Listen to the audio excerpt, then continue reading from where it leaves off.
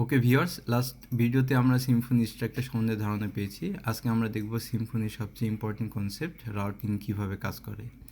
প্রথমে দেখে নেব সিম্ফনি ফার্স্ট পেজ ক্রিয়েশনের মাধ্যমে দিয়ে দেখব কীভাবে রাউটিং কাজ করতেছি, এরপর আমরা ডিটেলসে যাব।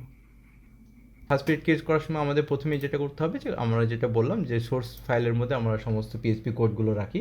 তো কন্ট্রোলার যে আমাদের ডিরেক্টরি আছে সেখানে আমরা একটা কন্ট্রোলার পিএইচপি কন্ট্রোলার নামে আমাদের একটা ফাইল আমরা ক্রিয়েট করবো, যার নাম দিব ওয়েব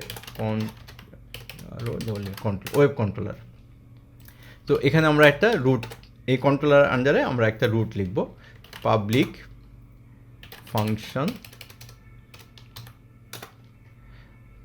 ইন্ডেক্স। সো এই রুট সম্বন্ধে একটু ধারণা দেওয়ার আগে রুটটা কীভাবে কাজ করে সেটা আমরা একটা ডায়াগ্রামের মাধ্যমে আমরা একটু চেক করে আসি।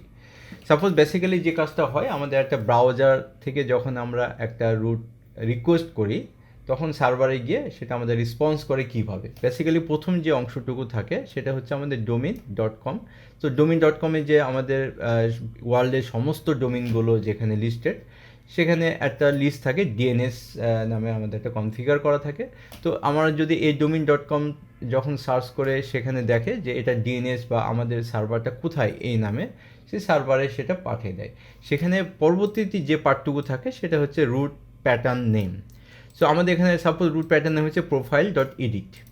তো আমার যে সার্ভারটা যেখানে রাখা আছে আমাদের প্রজেক্টটা, সেখানে যদি আমাদের profile.edit নামে রুট প্যাটার্নটা সে কী করে, সে profile.edit নামে আমাদের যে সিম্ফনির যে প্রজেক্ট স্ট্রাকচার, সেখানে রুট লিস্ট নামে আমাদের একটা অটোমেটিক্যালি ফাইল ক্রিয়েট হয় যেখানে রুট লিস্ট নামে সমস্ত কিছু রেকর্ডেড থাকে যদি আমাদের প্রোডাকশন সার্ভারটা অ্যাক্টিভ থাকে। তো সেখানে গিয়ে সে যে কাজটা করে, এটা যখন রিকোয়েস্ট করে তখন রুট লিস্টে প্রথমে যায় এবং সেখান থেকে চেক করে দেখে যে profile.edit ফাইলটা কোথায় ম্যাচ করে। সাপোজ আমাদের এখানে এটা ম্যাচ করতেছে, তো profile.edit এটা নেমটা সে চেক করে, প্রোফাইল এডিট নাম, এবং সেটা প্রোফাইল কন্ট্রোলারের মধ্যে প্রোফাইল নামে যে ফাংশনটা আছে সেই ফাংশনকে এখানে ইন্ডিকেট করে। তো সরাসরি সেখান থেকে এখানে পাঠিয়ে দেয়। সো এই কন্ট্রোলার তখন আমাদের কোড অনুযায়ী সমস্ত কোডগুলো এক্সিকিউট করে এবং সেটা রেসপন্স করে আবার ব্রাউজারে আমাদের এখানে পাঠিয়ে দিচ্ছে। তো এইভাবে বেসিক্যালি রুটটা কাজ করে। তো আমাদের এখানে যে কোনো রুট আমরা এখানে যখন রিকোয়েস্ট করব, সে সমস্ত রুটগুলো এখান থেকে চেক করে দেখবে যে এখানে আমাদের যেটা রুট লিস্ট আছে, রুট নেম থাকে এবং রুট প্যাটার্ন থাকে এবং এটা কোন কন্ট্রোলার তার একটা লিস্ট থাকে। সো প্রত্যেকটা রুট থেকে সে কন্ট্রোলার থেকে হিট করে এবং সে কন্ট্রোলার গিয়ে এক্সিকিউট করে তারপরে রেসপন্স করে আবার ব্রাউজারে পাঠিয়ে দেয়। তো এটা মোটামুটি একটা ওভারঅল একটা ধারণা যে কীভাবে আসলে রুটগুলো আমাদের কাজ করতেছে সিম্ফনি প্রজেক্টে। তো সিম্ফনি প্রজেক্টে অলরেডি আমরা কিন্তু একটা কন্ট্রোলার, ওয়েব কন্ট্রোলার নামে একটা কন্ট্রোলার আমরা ক্রিয়েট করেছি এবং সেখানে ইন্ডেক্স নামে আমরা একটা ফাংশন এখানে আমরা ক্রিয়েট করছি যেটাকে আমরা রুট বলবো। সো এটা হচ্ছে আমাদের মেন রুট ফাংশন নামে, এবং এখান থেকে আমরা এখন সরাসরি রেসপন্স করব, রিটার্ন নিউ রেসপন্স।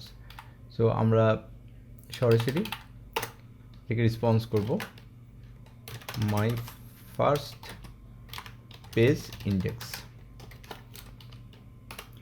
আসুন আমরা চেক করে দেখি যে আমরা এই ইন্ডেক্সকে আমরা কল করব। সেই ইন্ডেক্সকে কল করার জন্য অবশ্যই আমাদের একটা লিস্টেড রিস্টার্ট করতে হবে। সেটা করার জন্য আমাদের কনফিগ যে ডিরেক্টরি আছে সেখানে আমাদের একটা রুটস নামে একটা রাউটিং ওয়াইএমএল নামে একটা ফাইল আছে, সেখানে একটা ডিফল্ট এখানে অলরেডি একটা স্ট্রাকচার দেওয়া আছে কীভাবে আমাদেরকে ইন্ডেক্স ফাইলটা কল করতে হবে। এটা আমরা আনকমেন্ট করে দেখব এবং এখানে ডিফল্ট কন্ট্রোলার নামে অলরেডি দেওয়া আছে, আমরা এটাকে বলবো ওয়েব কন্ট্রোলার যে নামে রাখছি, এবং ইন্ডেক্স নামে আমাদের একটা ফাংশন আছে, সেই ফাংশনে কল করবে।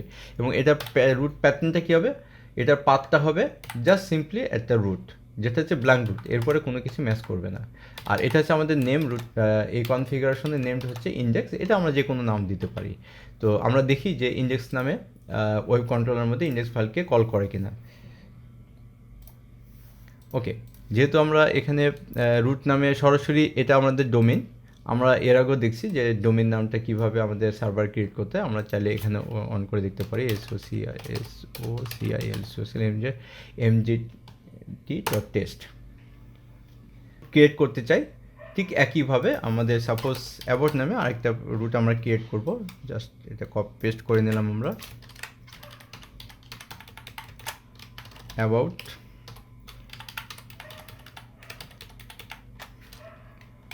This is about page. Okay, about পেজটা তাহলে আমাদের রিস্টার্ট করতে হবে রুটের মধ্যে গিয়ে। সো আমরা এটা একটু কপি করে নিলাম,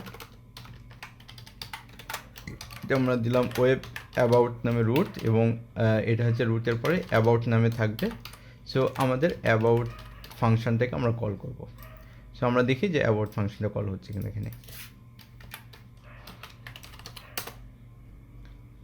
yes, this is about page. Yes, this is about page.